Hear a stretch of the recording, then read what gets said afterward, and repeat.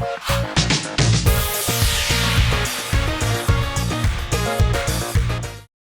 Everyone, welcome back to my channel. आप सभी का फिर से हार्दिक स्वागत है कॉमर्स क्राफ्टर बच्चों। पहले बच्चों, आज की क्लास का हमारा एक टॉपिक है प्रोविजन एंड रिजर्व है। और ये बहुत छोटा चैप्टर है, बट हाँ, इससे एक 3 से 4 नंबर में क्वेश्चन आता है एग्जाम में। आइए चलते समझते हैं कि प्रोविजन एंड रिजर्व होते क्या है। ठीक है, देखिए, एग्जाम के नजरिए से देखा जाए तो ये 3 से 4 नंबर के लिए एक अच्छा क्वेश्चन बनाता है। मतलब है इंपॉर्टेंट, है काफी इंपॉर्टेंट चैप्टर है। बस 3 to 4 मार्क्स मान के चलना, इस बीच में ही इसका जो है वेटेज है। ठीक है, पहले मैं बात करता हूँ प्रोविजन की और फिर रिजर्व की बात करेंगे। फर्स्ट ऑफ ऑल प्रोविजंस की बात करेंगे। देखिए, कभी कभी क्या होता है ना कि कुछ ऐसे लॉसेस होते हैं जिनका हमें अंदाजा पहले ही लग जाता है कि हाँ, कोई घटना ऐसी है जो आने वाले समय में होने वाली है और उस पर हमारा कोई लॉस होने वाला है। तो हम क्या करते हैं, उस चीज की पहले से प्रिपरेशन करना स्टार्ट कर देते हैं कि जब वो घाटा होगा हमारे पास इतने पैसे होने चाहिए कि हम उस लॉस को क्या कर सके, भर सके। तो प्रोविजन भी कुछ वैसा ही हो गया बच्चों। देखिए, प्रोविजन का जो सिंपल सा फंडा है, provision is a is an amount set aside by charging it to profit and loss account. पहली बात, इसको हम प्रॉफिट एंड लॉस अकाउंट में चार्ज करते हैं और इसमें से कुछ पैसे को, जो अमाउंट है उसको साइड कर लेते हैं। हम प्रॉफिट एंड लॉस में शो करते हैं और उसको साइड कर लेते हैं इस पैसे को, to provide for any known liability.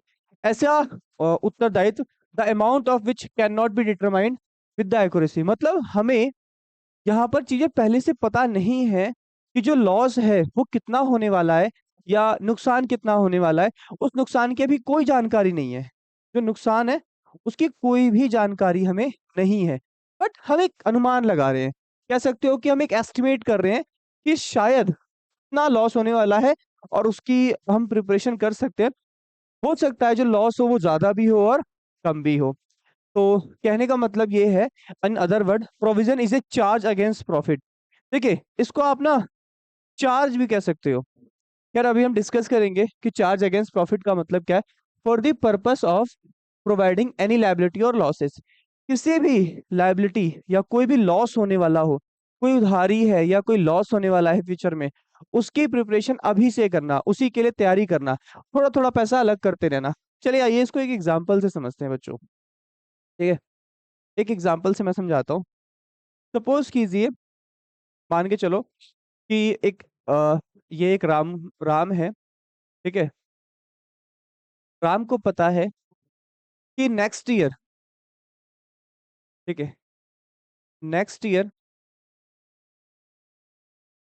Next year किसी तरह का लॉस होने वाला है। क्या होने वाला है? किसी तरह का लॉस होने वाला है, और वो लॉस कम से कम 2 लाख का होगा।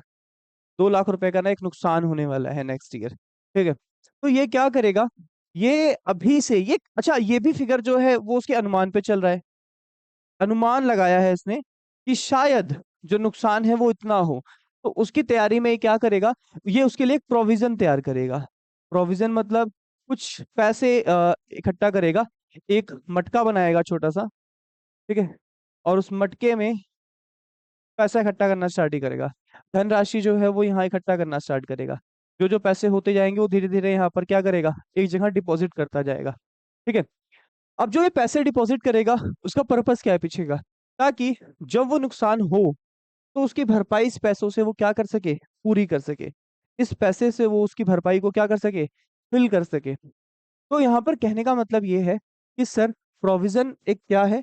प्रोविजन में हम, कई बार क्या होता है कि ऐसे नुकसान होने वाले होते हैं जिसकी तैयारी हम पहले से करते हैं, पहले से पैसे इकट्ठा करना स्टार्ट कर देते हैं।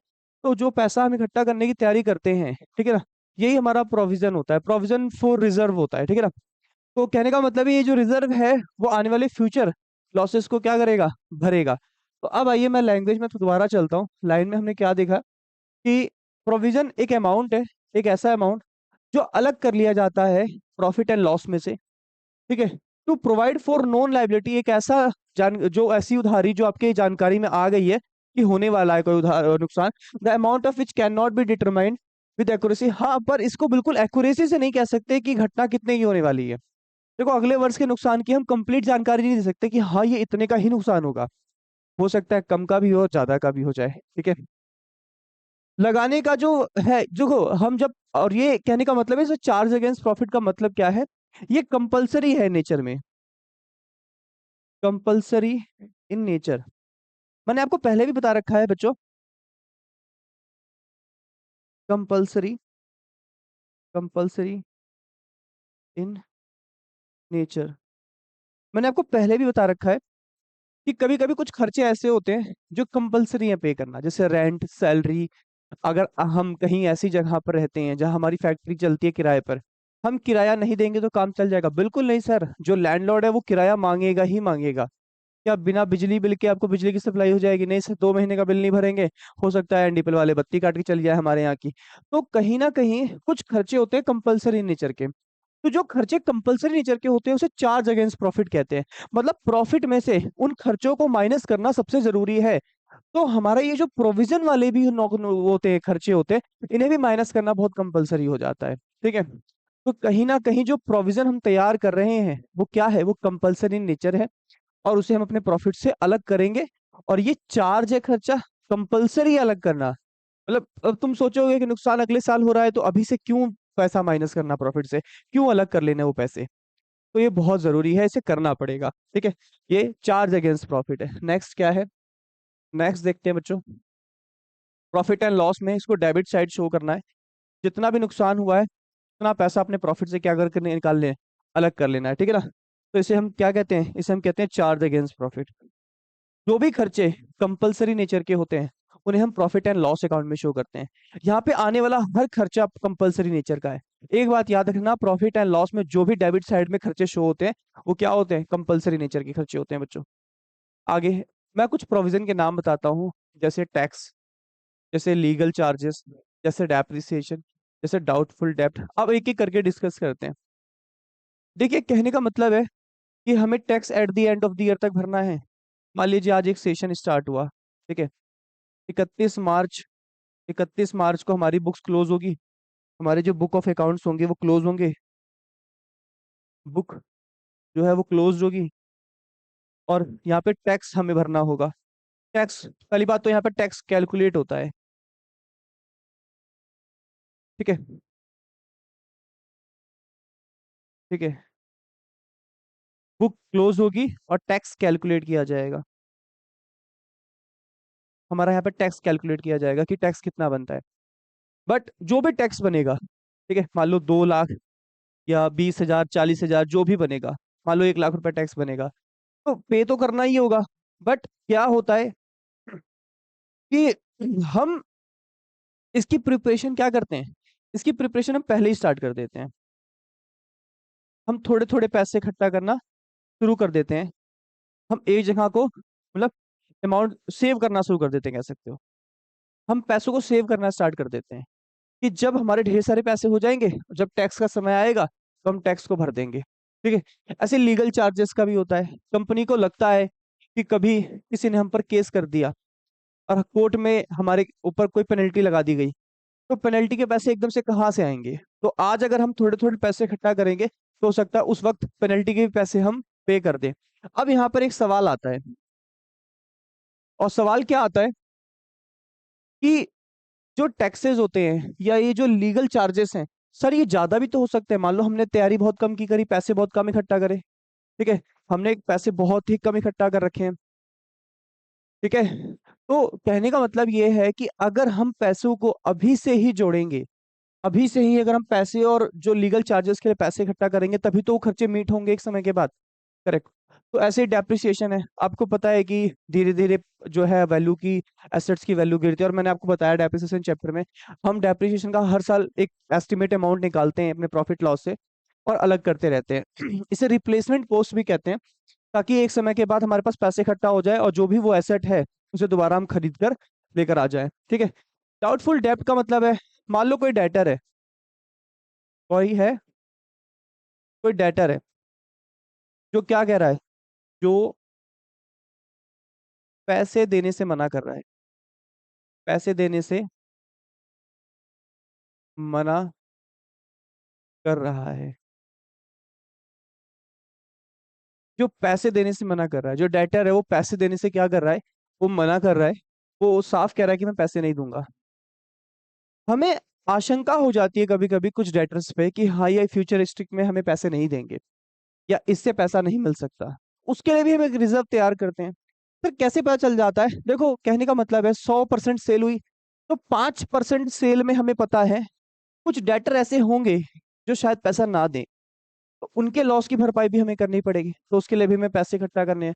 तो प्रोविजन क्या क्या होते हैं? प्रोविजन फॉर टैक्स होता है, प्रोविजन फॉर डाउटफुल डेब्ट होते हैं, लीगल चार्जेस के रिगार्डिंग होते हैं, ठीक है।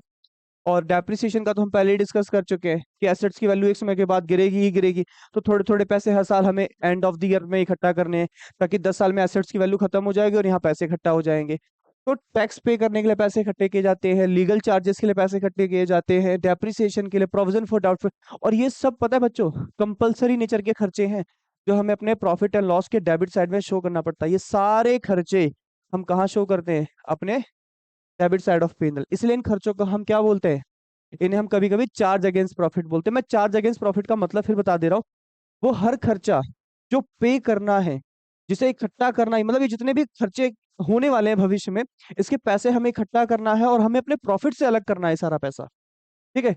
जैसे मान लीजिए हमारा जो प्रॉफिट है वो मान लीजिए 3 लाख का होता है, और जो हमने प्रोविजन इकट्ठा किए हैं, चाहे वो प्रोविजन हो, प्रोविजन फॉर लीगल चार्जेस का हो, ठीक है, ठीक है, या फिर वो प्रोविजन फॉर डाउटफुल डेब्ट के लिए हो, ठीक है, या वो प्रोविजन हमारा वो डेप्रिसिएशन के लिए हो, ठीक है। चाहे मान लीजिए 10,000, 10,000 का ये है, 15,000 का ये है, 25,000 का ये हो गया। तो एक हम ले लेते हैं प्रोविजन फॉर टैक्स ले लेते हैं अपना, ठीक है, टैक्स का ले लेते हैं 10,000 रुपये। अब फटाफट कैलकुलेट करते हैं कितना बनता है, 10, 20 और लगभग ये 40 हो जाएगा, 40, 20, 60 हो जाएगा। तो हमारा जो नेट प्रॉफिट बचेगा वो कितना बचेगा बच्चों? 40,000 बच्चों, अगर हमारे यहीं से चले जाते हैं 60,000 रुपये, तो सर रिमेनिंग जो बैलेंस बचेगा वो सब बचेगा 60,000 रुपये। कितना? 60,000 रुपये। इसका मतलब है हम अपने प्रॉफिट में से, फर्स्ट ऑफ ऑल इसको ना हम 1 लाख मान लेते हैं कि प्रॉफिट हमारा जो है वो 1 लाख रुपए है। 1 लाख के मुनाफे में से हमने डेप्रिसिएशन का जो पैसा है वो अलग किया, थोड़े से हमने लीगल चार्जेस के पैसे के इकट्ठा किए, कुछ डेप्रिसिएशन के लिए किया, कुछ हमने टैक्स के लिए पैसा इकट्ठा किया, और जो पैसा हमारा जो रिमेनिंग पैसा बचा 60,000 रुपये, इसे हम कहाँ ट्रांसफर कर देंगे? Transfer to profit and loss appropriation account. Appropriation account, ये आगे फर्दर अकाउंट्स होते हैं, वहां ट्रांसफर कर दिया जाता है। बस याद रखना ये सारे जो खर्चे हैं ये कंपलसरी नेचर के हैं, इन्हें पे करना ही है। और प्रॉफिट एंड लॉस के डेबिट साइड में जो भी खर्चा आता है वो कंपलसरी है। कंपलसरी का मतलब जिसे पे करना है, जिसे मुनाफे से अलग करना ही करना है, ठीक है बच्चों। आगे मैंने आपको प्रोविजन फॉर, हमने आप कुछ एग्जांपल समझ लिए प्रोविजन के, ये एग्जांपल्स याद रखना, चारों चार के चार लर्न रहने चाहिए आपको प्रोविजन के एग्जांपल, ठीक है। नेक्स्ट है, क्या इंपॉर्टेंस है इसकी? देखो इंपॉर्टेंस एग्जाम में आती है बच्चों। देखो पहला, इससे आप करेक्ट प्रॉफिट और लॉस निकाल सकते हो। जैसे अभी हमने क्या किया था, हमने प्रोविजंस माइनस किए, ये जो 60,000 रुपये आए ये हमारा करेक्ट प्रॉफिट और लॉस है। यानी अगर साल भर में जो भी हमें लगता है कि अगले साल को नुकसान होने वाला है, उस खर्चे पैसे को अलग कर लो, जो बचता है वही हमारा करेक्ट प्रॉफिट होता है, ठीक है, वो हमारा एक्चुअल प्रॉफिट होता है। दूसरा, कंप्लायंस विद अकाउंटिंग प्रिंसिपल। अगर आपको अपनी अकाउंटिंग प्रिंसिपल फॉलो करने हैं तो ये आपको प्रोविजन के पैसे अलग करने ही पड़ेंगे, ठीक है। इससे लायबिलिटी कवर हो जाती है, भविष्य में कोई उधारी चढ़ने वाली होगी, कोई नुकसान होने वाला होगा, उसकी पहले से आप तैयारी कर लोगे, ठीक है। मेंटेन ऑफ कैपिटल, इससे आप पैसा पहले से मेंटेन रखते हो। मतलब अबे यार, अगर हम अभी से ही इकट्ठा करेंगे पैसे को, अगर हम अभी से ही पैसा जोड़ के रखेंगे तो भविष्य में होने वाले नुकसान से हम बच भी तो जाएंगे। पैसा जो हमारा कैपिटल हो पहले से इकट्ठा रहेगा, होने तो जो नुकसान होगा देख लेंगे बाद में, ठीक है ना। तो किसी भी बुरे समय की तैयारी पहले कर लेनी चाहिए।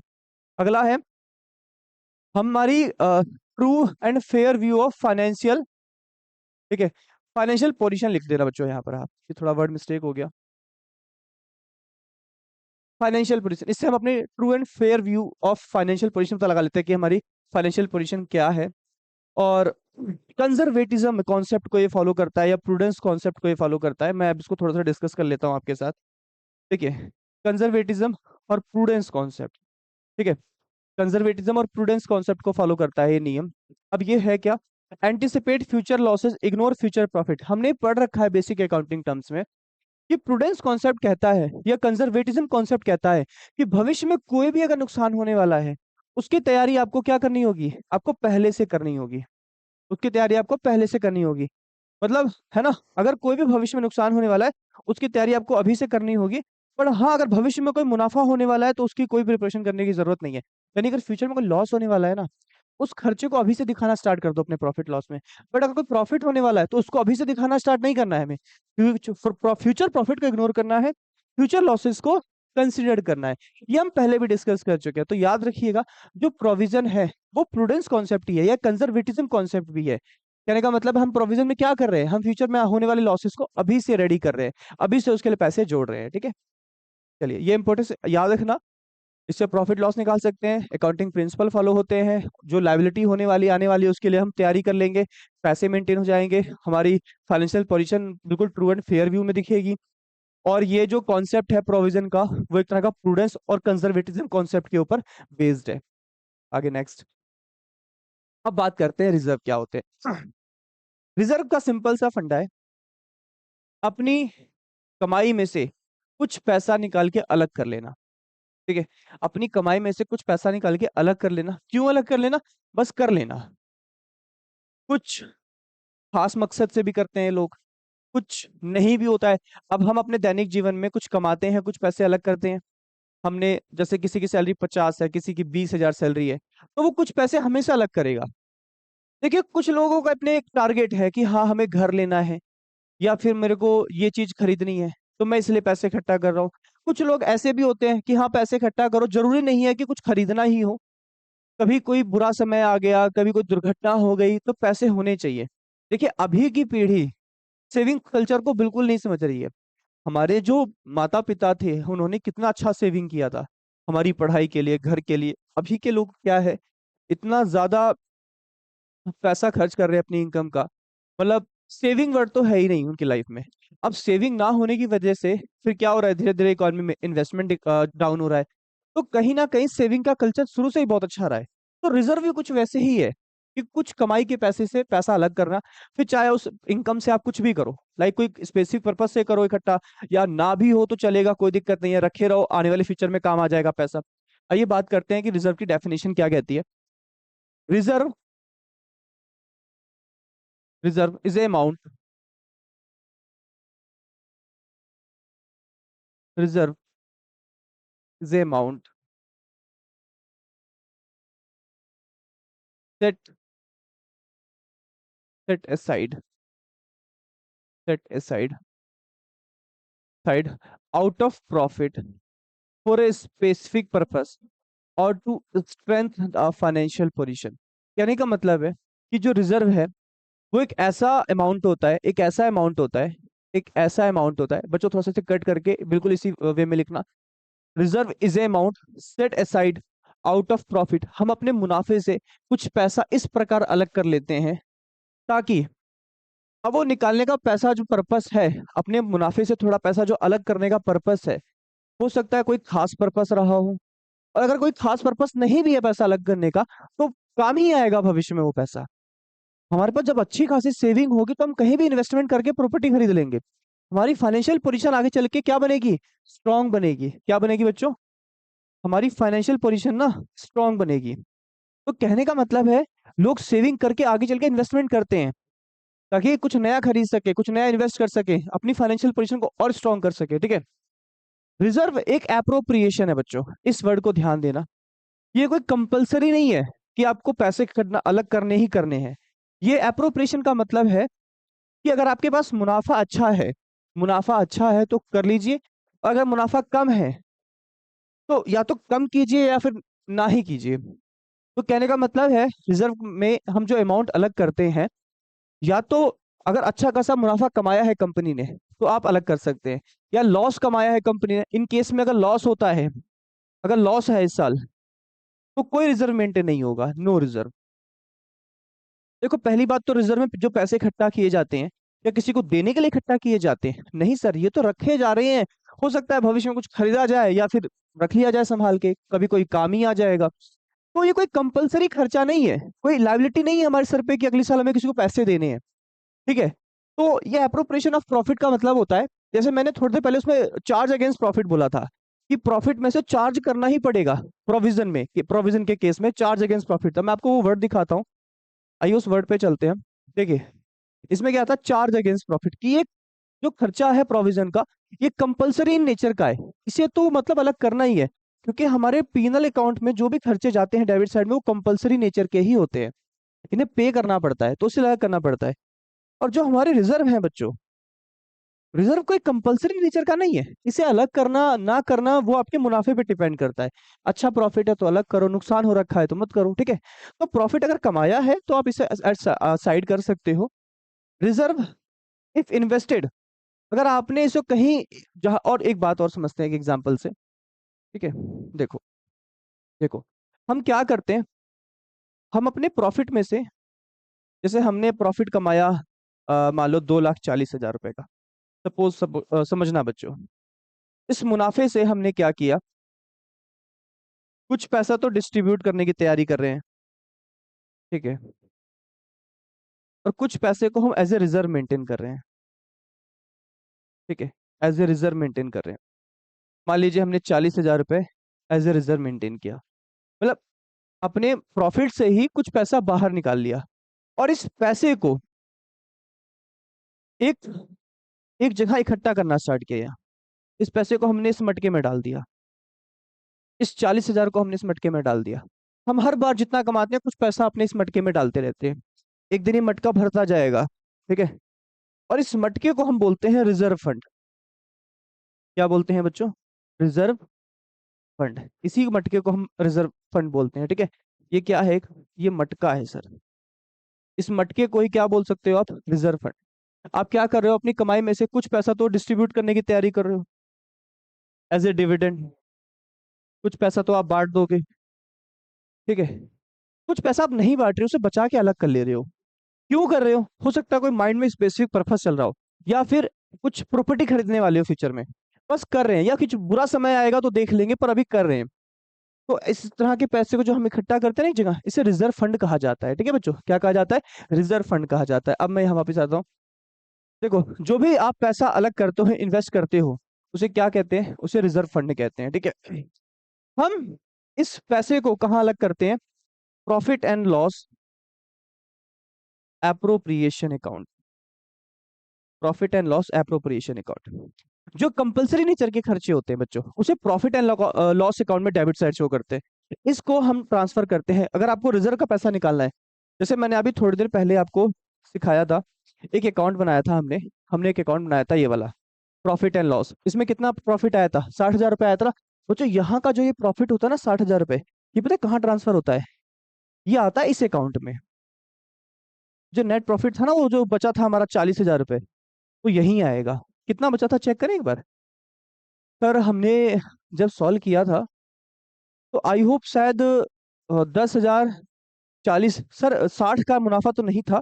हमें याद है कि खर्चे खर्चे ही हमारे 60,000 रुपए के थे, तो अराउंड 40,000 रुपए का तो हमारा मुनाफा बच रहा था, यानी 40,000 का हमारा नेट प्रॉफिट था। एक्चुअली 10,000, ये 10, 20, 40, 60,000, और ये 40,000 रुपए का बचा था, क्योंकि 1 लाख का ही प्रॉफिट था हमारा। तो प्रॉफिट ऑफ द ईयर में जो भी था, ये एक तरह का ग्रॉस प्रॉफिट होता है बच्चों, ठीक है। इस प्रॉफिट से जब हमने खर्चे हटाए तो 40,000 रुपये बचे। इसी 40,000 को हम कहाँ ट्रांसफर करेंगे, इसी 40,000 को सर हम यहाँ पे ट्रांसफर करेंगे, ठीक है। मान लीजिए हमने हमने 10,000, हमने 10,000 का रिजर्व बनाया, ठीक है, 10,000 का रिजर्व बना लिया। अब हमारे पास जो डिविजिबल प्रॉफिट बचेगा, जो हम आगे बांट सकते हैं, वो कितना बचेगा सर, 30,000 रुपये। ये आया बैलेंसिंग फिगर। यानी पिछले केस में हमने प्रॉफिट एंड लॉस में से कुछ प्रोविजन के खर्चे हटाए, लगभग वो 60,000 के थे, 40,000 का नेट प्रॉफिट बचा जो इस खाते में आया। इस खाते से हमने रिजर्व 10,000 का अलग कर लिया। यही जो 10,000 का रिजर्व अलग किया है ना बच्चों, हमें यही मेन है। हमने क्या किया है, 10,000 का सर हमने रिजर्व अलग किया है, ठीक है। क्या किया है, 10,000 का रिजर्व अलग किया है हमने, 10,000 रुपए का रिजर्व अलग करा है हमने, किसी स्पेसिफिक पर्पज से, या नहीं भी किया है किसी स्पेसिफिक पर्पज से, पर किया है। आगे वो कंपनी देखेगी, और इस पैसे को हम कहाँ ट्रांसफर करेंगे, सर इस पैसे को हम एक जगह ट्रांसफर करेंगे, जिसे रिजर्व फंड कहा जाएगा, ठीक है। यहाँ पे सारे पैसे इकट्ठा होंगे, उसे रिजर्व फंड कहेंगे। जो मटका हमने पढ़ा था ना अभी, उसी में हम सारा पैसे डालते जाएंगे इसको, और उसे रिजर्व फंड कहा जाएगा। ठीक है प्यारे बच्चों, कुछ समझ में ना आए कमेंट बॉक्स में लिखना कि सर यहाँ पर हमें दिक्कत आई, मैं दोबारा उसे समझा दूंगा। ठीक है, आई होप अभी तक सब समझ में आ गया होगा। प्रोविजन के खर्चे कंपलसरी नेचर के होते हैं, इसलिए उन्हें चार्ज अगेंस्ट प्रॉफिट कहते हैं। ये खर्चे कंपलसरी नेचर के नहीं होते, डिपेंड करता है मुनाफे पर। ज्यादा है तो करो, अगर लॉस आ रखा है तो नहीं करना है, क्योंकि ये पैसे हमें किसी को देने नहीं है, ये तो पैसे हम अपने भविष्य के लिए इकट्ठा कर रहे हैं। ठीक है, तो ये रिजर्व है। ठीक है, आगे इम्पोर्टेंट, जो हम रिजर्व फंड बना रहे हैं, जहां हम सारा पैसा इकट्ठा कर रहे हैं, हम हर साल अपने मुनाफे से थोड़ा थोड़ा पैसा निकाल के एक जगह इकट्ठा कर रहे हैं मटके में।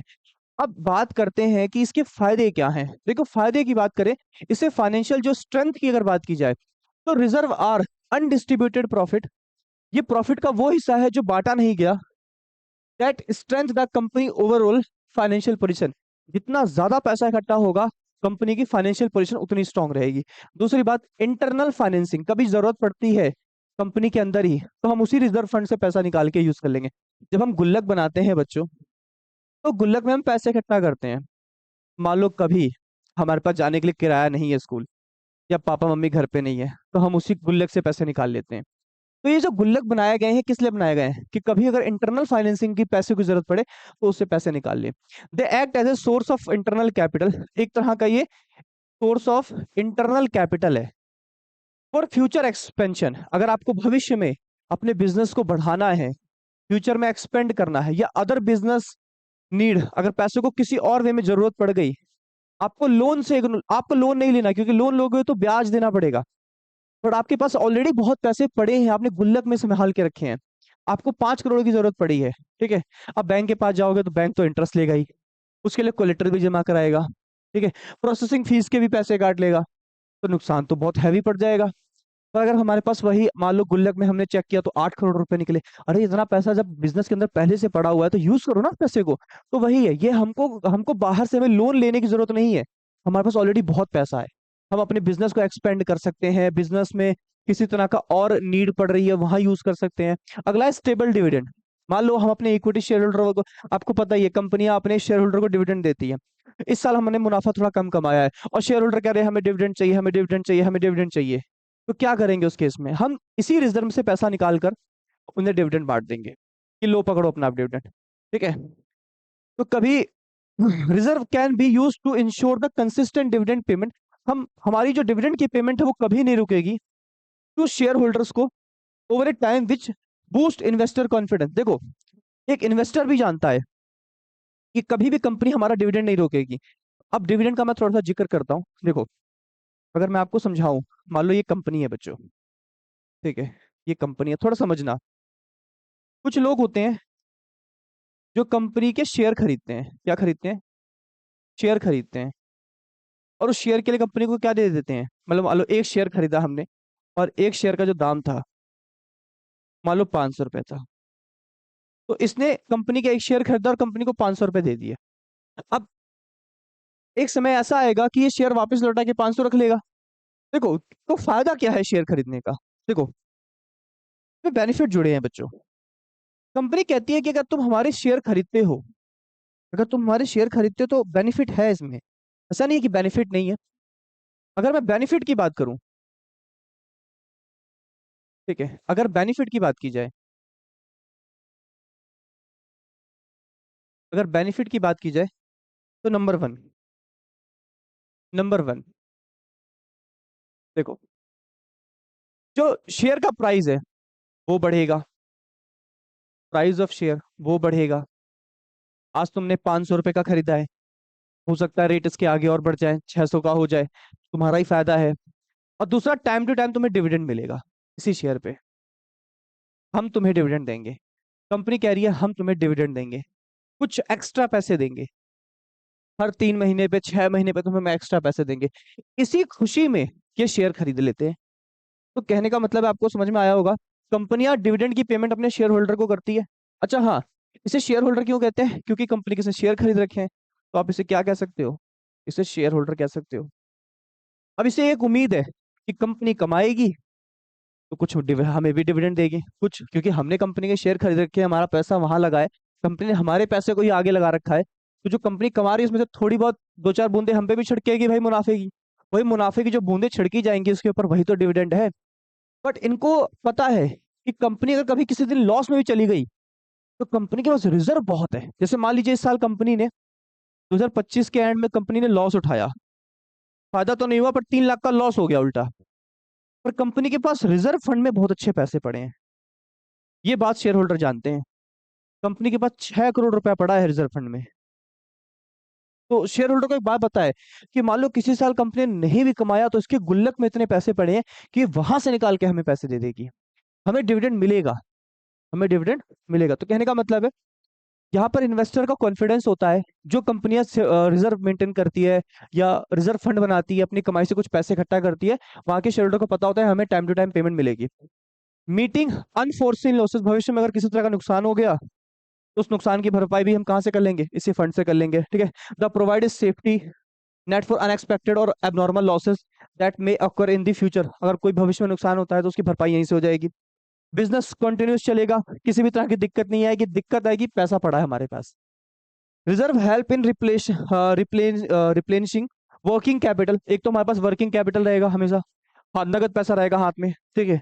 Maintaining day to day operation specially during the tough time, मान लो बहुत बुरा समय आ गया है, मार्केट डाउन पड़ा है, काम धंधा पिटा पड़ा है, सेल नहीं हो रही है, उस वक्त भी आपके पास अगर ये फंड है तो क्या आपका काम रुकेगा? सर काम बिल्कुल नहीं रुकेगा, क्योंकि हमारे पास बहुत अच्छा पैसा पड़ा है, वर्किंग कैपिटल दबा के पड़ा है, 6 करोड़ रिजर्व में पड़े हुए हैं, कोई दिक्कत नहीं सर।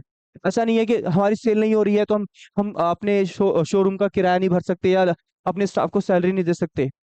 देखो जब कोविड का टाइम आया था आपको पता ही है, बहुत कंपनी ने अपने एम्प्लॉयज फायर किए थे, बहुत कंपनी ने अपने एम्प्लॉयज फायर नहीं किए थे। जिनके पास अच्छा खासा रिजर्व फंड होगा ना, उन्होंने अपने एम्प्लॉयज फायर नहीं किए होंगे, कि उन्होंने उसी फंड से सैलरी पे करी होगी। और जिनके रिजर्व फंड छोटे रहे होंगे उन्होंने कहा होगा भाई निकल जाओ, अपने एम्प्लॉयज को वहां से छुट्टी दे दी होगी क्योंकि हमारे पास पैसे नहीं है।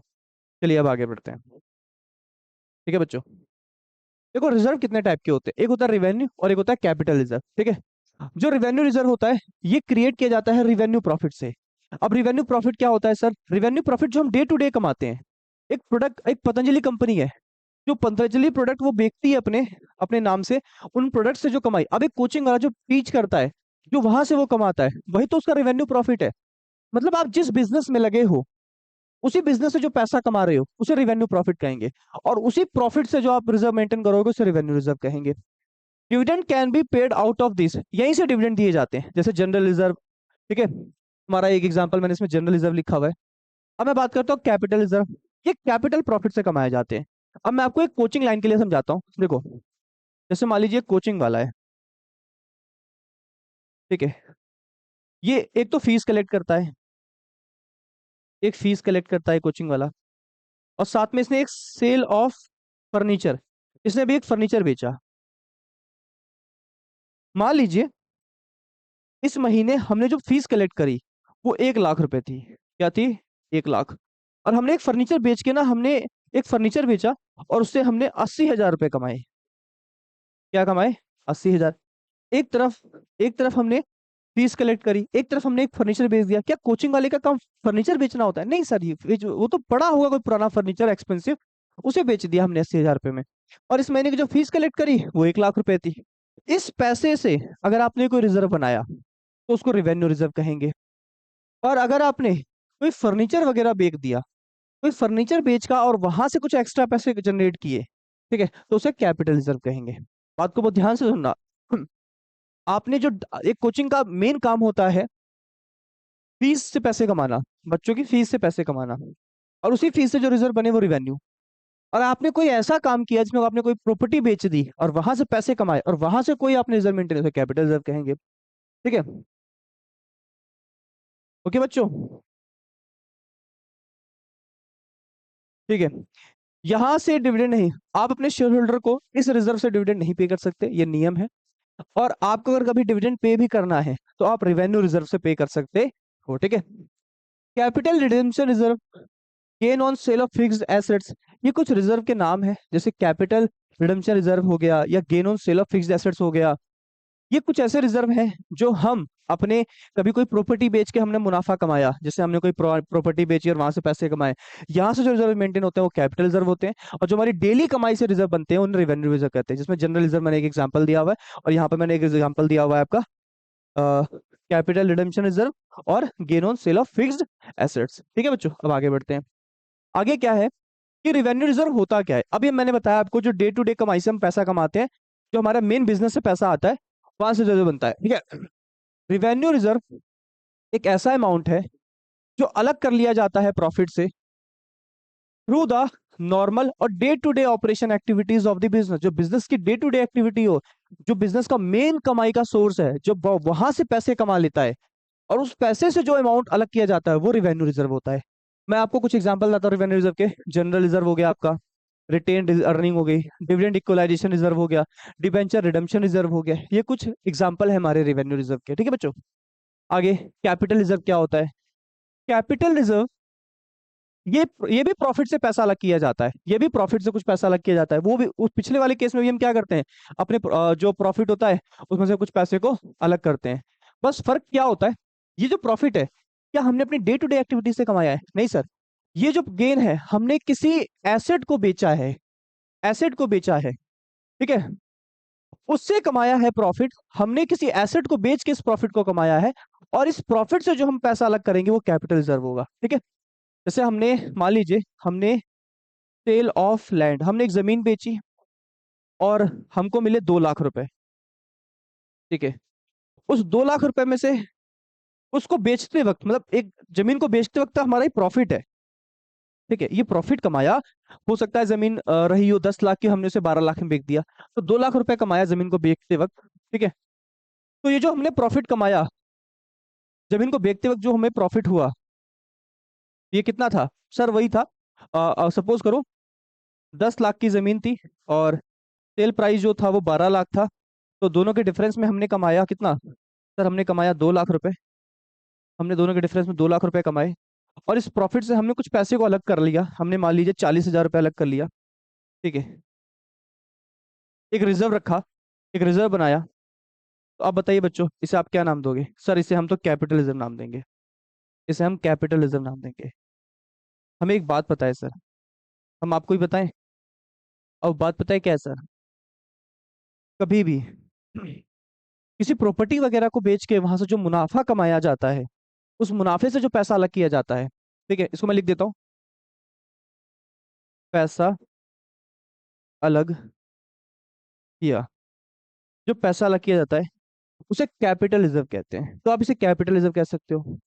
जो डे टू डे एक्टिविटी में हम पैसा कमाते हैं, जैसे मान लीजिए कोई कोचिंग है, ठीक है, कोई कोचिंग इंडस्ट्री है, कोई कोचिंग वाला है, उसने फीस कलेक्ट करी, उसने फीस कलेक्ट किया, मान लीजिए उसने फीस कलेक्ट किया 80,000 रुपये। ठीक है, उस 80,000 रुपये में कुछ पैसा हमने रिजर्व में ट्रांसफर कर दिया। क्या कर दिया? ठीक है, हमने 30,000 रुपये transfer to reserve, transfer to reserve. ठीक है, हमने इस 30,000 रुपये को एक रिजर्व में ट्रांसफर कर दिया। अब बताइए क्या कहोगे इस रिजर्व को? सर एक कोचिंग वाले के लिए फीस कलेक्ट करना अपनी डे टू डे एक्टिविटी का काम है, ये उसके मेन बिजनेस की कमाई है। अगर यहाँ से कुछ पैसे अलग किए गए तो रेवेन्यू रिजर्व। अगर किसी ऐसी एक्टिविटीज में जहां पर कोई प्रॉपर्टी बेच के पैसा कमाया गया हो और वहां से पैसे इकट्ठा किए जाते हैं तो उसे कैपिटल रिजर्व कहते हैं। आई होप आपको एग्जांपल समझ में आ रहा होगा बच्चों। आगे क्या है, देखिए रेवेन्यू रिजर्व मैंने आपको बताया, जो मेन खून पसीने के बिजनेस से पैसा कमाया जाता है, जो पैसा वो रेवेन्यू रिजर्व होता है। ये भी दो टाइप के होते हैं, जनरल और स्पेसिफिक। जनरल मतलब पैसा इकट्ठा कर रहे हैं, कोई पर्पस नहीं है इकट्ठा करने का। और स्पेसिफिक मतलब किसी खास वजह से, कोई माइंड में ना कोई गोल है, क्या है, बंदे के दिमाग में पहले से कोई वो चल रहा है, एक पर्पस चल रहा है। क्या चल रहा है? एक पर्पस चल रहा है कि हाँ हमें तो ये चीज खरीदनी है, उसे स्पेसिफिक रिजर्व कहेंगे। मतलब हम पैसा इकट्ठा कर तो रहे हैं, अगर कोई पर्पस नहीं है तो जनरल। कोई पर्पस है दिमाग में कि हाँ प्रो, आज हम जो पैसे इकट्ठा कर रहे हैं थोड़े थोड़े, हम इससे ना एक दिन जमीन खरीदेंगे, तो उसे कहेंगे स्पेसिफिक रिजर्व। आइए रीडिंग कर लेते हैं। It is the amount set aside out of profit not for any specific. मतलब कोई पर्पस नहीं है, बस गुल्लक में पैसे इकट्ठा होते जा रहे हैं। यहाँ पर पर्पस है, it is the amount set aside out of the profit for a specific purpose, जैसे workman compensation reserve, investment fluctuation reserve. अब मैं आपको दोनों रिजर्व के मतलब बता देता हूँ। देखो, वर्कमैन कंपनसेशन रिजर्व क्या होता है कि मान लो कभी किसी इंप्लॉय को चोट लग गई, हाथ टूट गया, पैर कट गया, ठीक है, और उसकी हमें दवा पानी पट्टी करानी पड़ गई, उसको हॉस्पिटल का इलाज कराना पड़ गया, और हॉस्पिटल का जो बिल होगा वो हम इसी रिजर्व से पे कर देंगे। हम किसी पर्पज से बना रहे हैं। फिर हमने एक बनाया इन्वेस्टमेंट फ्लक्चुएशन रिजर्व। इस रिजर्व के फायदे क्या है? ठीक है, मान लीजिए भविष्य में हमारी किसी इन्वेस्टमेंट में लॉस हुआ, तो उस लॉस की भरपाई इसी रिजर्व से करेंगे। तो मैंने आपको दो एग्जांपल बताए। कंपनी ना दो टाइप के रिजर्व बनाती है बच्चों। एक बनाती है वर्कमैन कंपनसेशन रिजर्व। इस वर्कमैन कंपनसेशन रिजर्व का मतलब होता है कि कभी किसी एम्प्लॉय को अगर चोट लग गई और उसकी हॉस्पिटल की जो बिल होगा हम इसी रिजर्व से भरेंगे। तो बताओ, जो ये वर्कमैन कंपनसेशन रिजर्व हमने बनाया है, कंपनी ने बनाया होगा प्रॉफिट से निकाल के, क्या ये जनरल रिजर्व है? सर नहीं, workman compensation reserve general reserve नहीं हो सकता, क्योंकि इस रिजर्व के बनाने का एक ही पर्पस है कि कंपनी में अगर कोई इंजर्ड होता है, कोई एम्प्लॉय को चोट लगती है, तो उसके बिल की भरपाई इस रिजर्व से होगी, या उस एम्प्लॉय की पैसे जो दिए जाएंगे वो उस रिजर्व से दिए जाएंगे। और इन्वेस्टमेंट फ्लक्चुएशन रिजर्व क्या जनरल रिजर्व है? नहीं सर, उसका भी एक पर्पस है। कल को किसी इन्वेस्टमेंट में लॉस हुआ, वहां लॉस की भरपाई हम इस रिजर्व से करेंगे। तो इस दो रिजर्व को आप कह सकते हो स्पेसिफिक, और जनरल रिजर्व कोई पर्पस से नहीं होता। नेक्स्ट क्या है? एक होता है सीक्रेट, छुपा के पैसे बचाना, छुपा के। जैसे हम कभी कभी क्या करते हैं ना, हमें किराया मिलता है, हम उसमें से बचाते रहते हैं, बचाते रहते हैं, बचाते रहते हैं। मम्मी से कह दिया, मम्मी हमें 20 रुपए दे दो, हमें कुछ काम है। मम्मी ने कहा क्या करेगा? कह रहा कुछ बचा रहा हूँ पैसे, कुछ खास वजह है, मैं अभी नहीं बताऊंगा। मम्मी कह रही है अरे पता नहीं क्या चल रहा है इसके दिमाग में, चल ले पकड़ 20 रुपए। तुम गए, फट देनी उस पैसे को इकट्ठा कर दिए, ठीक है। तो तुम पैसे बताना नहीं चाह रहे हो किसी को, छुपा के बात रखी हुई है, बस पैसे इकट्ठा कर रहे हो, किस लिए कर रहे हो ये नहीं बताना चाह रहे हो। तो ऐसे रिजर्व को सीक्रेट रिजर्व कहते हैं। Secret reserve is a reserve the existence of which is not disclose. मतलब किस लिए कर रहे हैं हम पैसे इकट्ठा, ये हम डिस्क्लोज नहीं करते हैं, बस सीक्रेट है बात। अब इसे क्रिएट क्यों किया जाता है और कैसे किया जाता है, ठीक है। देखो, कई बार हम ना डेप्रिसिएशन को ज्यादा चार्ज कर देते हैं, खर्चा ज्यादा दिखा देते हैं ताकि मुनाफा कम हो जाए, ठीक है। जैसे सपोज करो, डेप्रिसिएशन का खर्चा मान लो 10,000 ही है, और कंपनी उसको दिखा दे रही है 40,000 रुपए। सर, 10,000 के खर्चे को 40 दिखा दे रही है, जो 30,000 रुपये एक्स्ट्रा दिखा दे रही है, मुनाफे से 30,000 रुपये हटा दे रही है। यानी हम प्रॉफिट को 30,000 रुपये क्या कर दे रहे हैं, डाउन। और पता है वो 30,000 रुपये कंपनी अलग से ले जाकर पता है कहीं छुपा के लिख देगी, हटक देगी, दुनिया को दिखा रही है देखो हमारा खर्चा कितना ज्यादा है। और जो पैसे हैं, खर्चा ज्यादा दिखा दे रही है, जबकि 10 का खर्चा 40 दिखा दे रही है। ये 30,000 रुपये का मुनाफा भी अलग कर लिया कंपनी ने, ये किसी खास जगह रख दिया गया, किसी खास पर्पस के लिए। तो मैं तरीके बता रहा हूँ कि कैसे, हाउ, कैसे क्रिएट होते हैं। ये एग्जाम में 2 नंबर का कभी कभी क्वेश्चन आ जाता है कि इस टाइप के रिजर्व बनते कैसे। अधिक डेप्रिसिएशन लगा दो, ठीक है, स्टॉक की वैल्यू कम दिखा दो, स्टॉक वगैरह जो कंपनी के अंदर उनकी वैल्यू कम शो करो, इससे प्रॉफिट कम हो जाएगा, ठीक है। प्रोविजन ज्यादा बना दो, वही जो प्रोविजन था कंपलसरी खर्चों का, कि हाँ भविष्य में जो नुकसान होने वाले हैं उसके लिए पैसे पहले से अलग करने पड़ेंगे, बशर्ते बस भविष्य में नुकसान 2 लाख का होने वाला हो, आप 10 लाख रुपए हटा दो। लोग पूछेंगे कि ये 10 लाख रुपए किस लिए हटा दिए? अरे हमें लग रहा था अगली साल नुकसान होने वाला है 2-3 साल के बाद, उसके लिए हम 10 लाख रुपए अलग कर ले रहे हैं, ठीक है, अभी सही। जबकि कुछ होने वाला नहीं होता नुकसान, नुकसान बस, फिर भी आप पैसे को अलग कर ले रहे हो, आप पैसे को साइड कर ले रहे हो। अपने जो शेयर होल्डर हो, शेयर होल्डर को चाहिए डिविडेंड। आप शेयर होल्डर को बोलोगे कि यार इस साल तो हमने बहुत कम पैसा कमाया, डेप्रिसिएशन बहुत ज्यादा लग गया, स्टॉक बहुत कम है, और भविष्य में बहुत नुकसान होने वाले हैं, आप डिविडेंड देना नहीं चाह रहे हो, आप बहुत ज्यादा पैसा बचाने की तैयारी कर रहे हो। क्यों कर रहे हो, इसकी कोई वजह कंपनी डिस्क्लोज करना नहीं चाह रही है, बस पैसे बचा रही है। चलिए आइए, याद रखना जब भी अगर एग्जाम में क्वेश्चन आएगा कि ये कैसे बनाए जाते हैं, तो ऐसे लिख देना कि डेप्रिसिएशन को एक्स्ट्रा चार्ज किया जाता है, स्टॉक की वैल्यू कम दिखा दी जाती है, प्रोविजन ज्यादा बनाए जाते हैं भविष्य को लेकर, ज्यादा पैसे इकट्ठा किए जाते हैं, इसी से बनाए जाते हैं सीक्रेट रिजर्व, ठीक है। मैं बात करता हूँ प्रोविजन रिजर्व में एक डिफरेंस आ जाता है एग्जाम में, ये फिक्स है 3 नंबर के क्वेश्चन के लिए, तो इसे आपको लर्न करना है, ठीक है। ये इंपॉर्टेंट है, वेरी वेरी इंपॉर्टेंट क्वेश्चन रहेगा, ठीक है, ठीक है, ये वेरी वेरी इंपॉर्टेंट क्वेश्चन रहेगा भाई मेरी तरफ से, तो इसे डन करके जाना, ठीक है, छोड़ना नहीं है बिल्कुल भी। देखिए, प्रोविजन रिजर्व में डिफरेंस देख लेते हैं, नेचर की बात करते हैं। ये चार्ज अगेंस्ट प्रॉफिट है, ये प्रोविजन जो खर्चा है जो कंपलसरी नेचर का है। जो रिजर्व है वो एप्रोप्रिएशन है, मतलब अगर प्रॉफिट है तो बनाओ, कम है तो कम बनाओ, नहीं है प्रॉफिट तो मत बनाओ, ठीक है। तो ये कंपलसरी नेचर का नहीं है। रिकॉर्डिंग के लिए इसे पीनल में शो किया जाता है और इसे पीनल अप्रोप्रिएशन में शो किया जाता है, ठीक है। इसका जो ये प्रूडेंस कॉन्सेप्ट फॉलो कौन करता है? देखो, प्रूडेंस कॉन्सेप्ट को पहले समझना होगा कि क्या होते हैं। भविष्य में अगर कोई नुकसान होने वाला है तो उसकी उसकी तैयारी अभी से करनी होगी, तो प्रोविजन वही है, प्रोविजन वही है, पर ये नहीं है, ये प्रूडेंस कॉन्सेप्ट को फॉलो नहीं करता। आगे प्रेजेंटेशन, ये करंट लायबिलिटी है, क्योंकि भविष्य में किसी तरह की उधारी होने वाली है, कुछ खर्चा होने वाला है, क्या ये पैसा जो इकट्ठा किया जा रहा है ये हम यूज कर सकते हैं? सर नहीं यूज कर सकते। प्रोविजन का मतलब है कोई भविष्य में नुकसान होने वाला है, कोई उधारी चढ़ने वाली है सर के ऊपर, तो वो भविष्य में उस पैसे को हमें किसी को पे करना पड़ेगा, तो ये लायबिलिटी है। और ये तो हमारे लिए रिजर्व और सरप्लस है, भविष्य में अगर किसी कहीं यूज नहीं हुआ तो हम अपने बिजनेस के एक्सपेंशन के लिए यूज कर लेंगे। बस यही डिफरेंस है बच्चों हमारे, ठीक है। तो इसी के साथ हमारे इस चैप्टर का बच्चों होता है एंड। वन शॉट में ये चैप्टर फिनिश है। वैसे तो मैं इसको और जल्दी खत्म कर सकता था, बट मैं चाहता था आपको बेसिक टर्म्स को सिखाना। अब अगर आपको इस चैप्टर के नोट्स चाहिए तो आपको कॉमर्स क्राफ्टर के ऐप पे जाना पड़ेगा। आप अपने प्ले स्टोर पे जाइए, वहां पे सर्च कीजिए कॉमर्स क्राफ्टर, सबसे पहले या दूसरे नंबर पे हमारा आ जाएगा, हमारे लोगों के साथ आ जाएगा। आप उसे डाउनलोड करना।